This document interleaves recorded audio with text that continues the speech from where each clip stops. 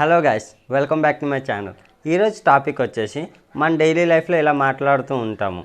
నేను అదే చెప్పాను, అతను అదే మాట్లాడాడు, ఆమె అదే చేసింది, వాళ్ళు అదే చూశారు. సో ఇలాంటి సెంటెన్సెస్ మాట్లాడడానికి మనం దట్ ఈజ్ వాట్ అనేది యూస్ చేస్తాం. Let's see some sentences, then you can understand. నేను అదే చెప్పాను, that is what I said.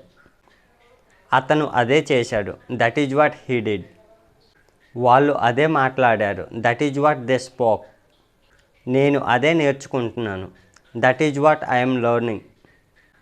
వాళ్ళు అదే అడుగుతున్నారు, that is what they are asking.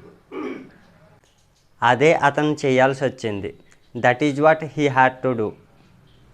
మీరు అదే చెయ్యాలి, that is what you have to do. అతను అదే పంపించాడు, that is what he sent. నేను అదే పోగొట్టుకున్నాను, that is what I last. ఆమె అదే తీసుకొచ్చింది, that is what she brought. మీరు అదే మాట్లాడాలి, that is what you have to speak. నేను అదే చేసేవాడిని, that is what I use to do. That's all friends. మీరు దట్ ఈజ్ వాట్ని ఈ రకంగా మీరు డైలీ లైఫ్లో యూస్ చేసుకోవచ్చు. సో మన నెక్స్ట్ వీడియోలో దట్ ఈజ్ హౌ గురించి తెలుసుకుందాం. దట్ ఈజ్ హౌ ఒక మీనింగ్ ఏంటి, దానిని మన డైలీ లైఫ్లో ఎలా యూస్ చేయాలో తెలుసుకుందాం. I hope you understood well. మీకు ఈ టాపిక్ యూజ్ఫుల్గా అనిపిస్తే లైక్ చేసి సబ్స్క్రైబ్ చేయండి. Thanks for watching.